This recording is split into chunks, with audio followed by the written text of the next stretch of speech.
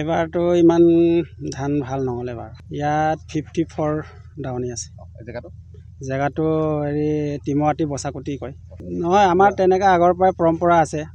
তেনেকা সময় তেনেকা ধান কাটি মেলি আমাৰ লিগাং সিগাং পাততে হেৰি হয় আৰু ৰুৱাৰ সময়টো এনেকৈ ৰুহাৰ সময়তো তেনেকা ৰুই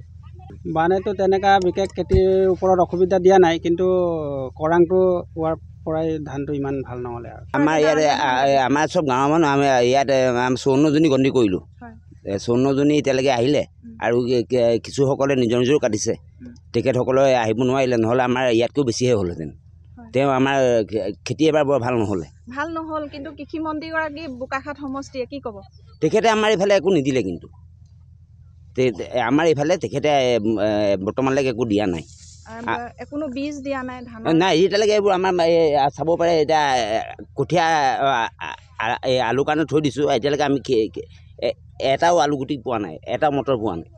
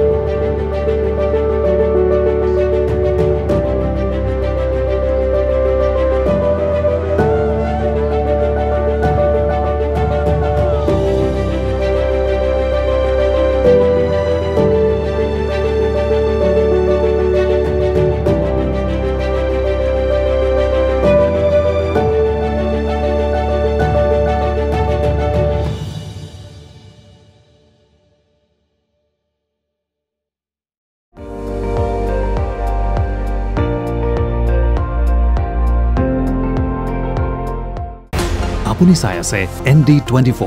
সৰ্বশ্ৰেষ্ঠ নহয় সৰ্বোত্তমৰ দৌৰ